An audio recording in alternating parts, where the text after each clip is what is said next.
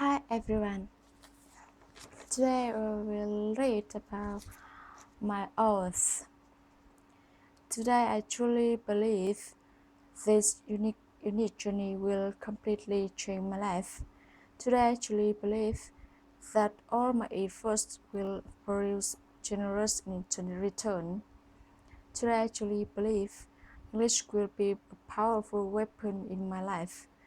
Today I truly believe my dream of speaking beautiful English will become alive. Therefore, I must devote all my energy and time to learn English with courage, passion, enthusiasm, and vigor. I must enjoy losing faith. I must enjoy making mistakes. I must pour my efforts into learning English. I must be absolutely responsible for myself. I must be 100% dedicated to my goal. I must be totally crazy about speaking English. I must not waste a minute or even 1 second. I must challenge my limits and then surpass them. I must conquer English and track toward success. I will speak good English. I will because I think I will. I will because I believe in myself. I will because I am totally committed. This is my oath. Right here, right now, action. And the next, I will read about Rule 1. Learn English phrases. Hi, I'm HW14, the director of HW14 English, and welcome to the free 7 rule email course. Today is Rule 1. Now, Rule 1 is learn English phrases, not individual goals. This one, just like all the other rules, is very simple, very easy, and like the other rule. This rule is very powerful, so simple, so powerful. What is the rule? The rule is always learn phrases, not individual words, so simple. So a phrase is a group of words. It is not you can have a whole sentence, but it's even a part of a sentence. So for example, let's say you have the word hate, H-A-T-E, hate, and you want to learn this new word.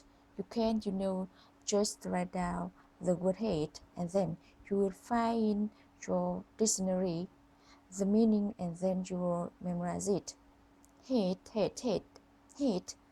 That's the old way. That's the kind of textbook way, the school way, right? In school, you properly remember a lot of book way, a lot of individual words. You have so big vocabulary list. You try to memorize all of them, trying to remember all the individual single words. It's not a good way to learn. Much better if you learn a phrase, a group of words. And where do you find these phrases? You find these phrases in the real English podcast that you're listening to, in their English storybooks that you're reading. So you don't memorize a list in a book. No. You listen to real English, and when you hear a new word, you write it down. Or when you're reading a storybook and you see a new word, you write it down.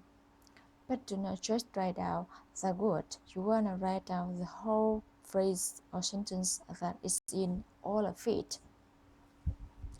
So instead of saying hate, and you just write down hate, you would say you write down John hates ice cream.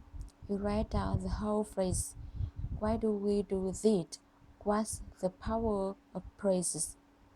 Well, phrases give you a lot of information, much more information. Number 1.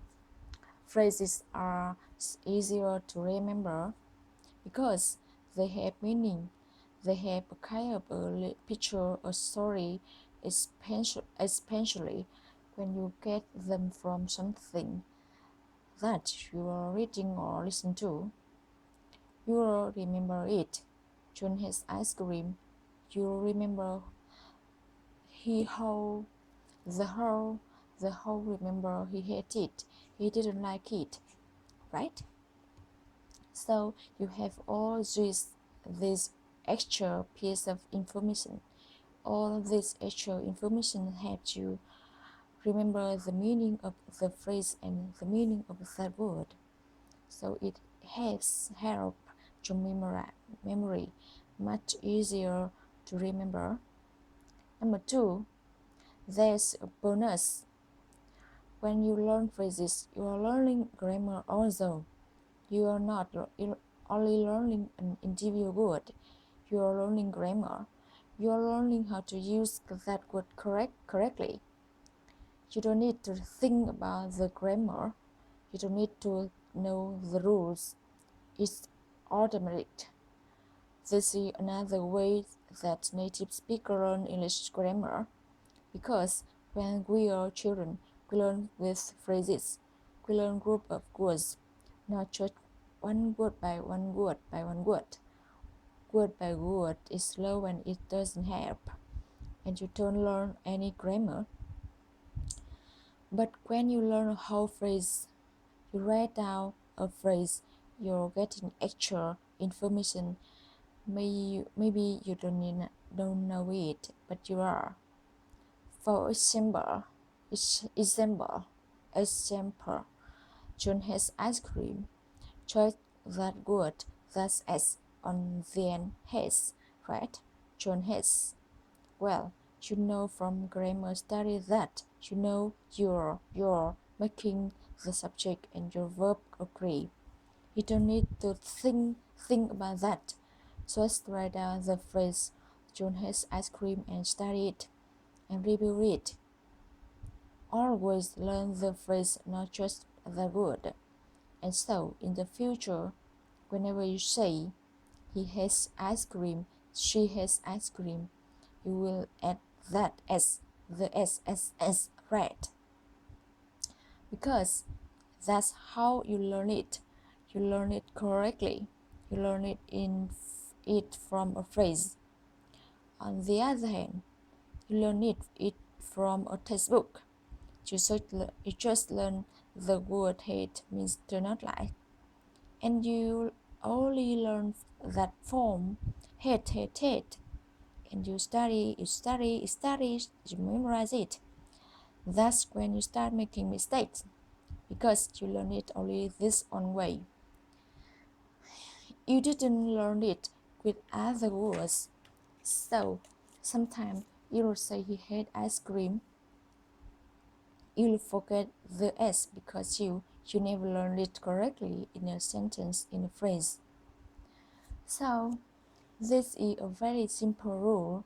Our last rule in the course. Very, very important. Very, very, every time you find a new word, always write the phrase or sentence. When you review that word again, when you study it again, always study the entire phrase or sentence. Never study just the word, always the whole phrase. Do this every time. Your grammar will begin to improve. It will improve much faster, and you will remember the vocabulary faster and more easily. A lot of great stuff happens when you learn phrases instead of words.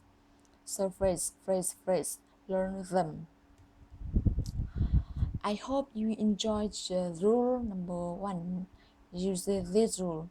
Now, your homework is to get a little phrase notebook. So when you find new English vocabulary in your lesson, use something you're listening to in a book, in an article. Write down the phrase, not just one word.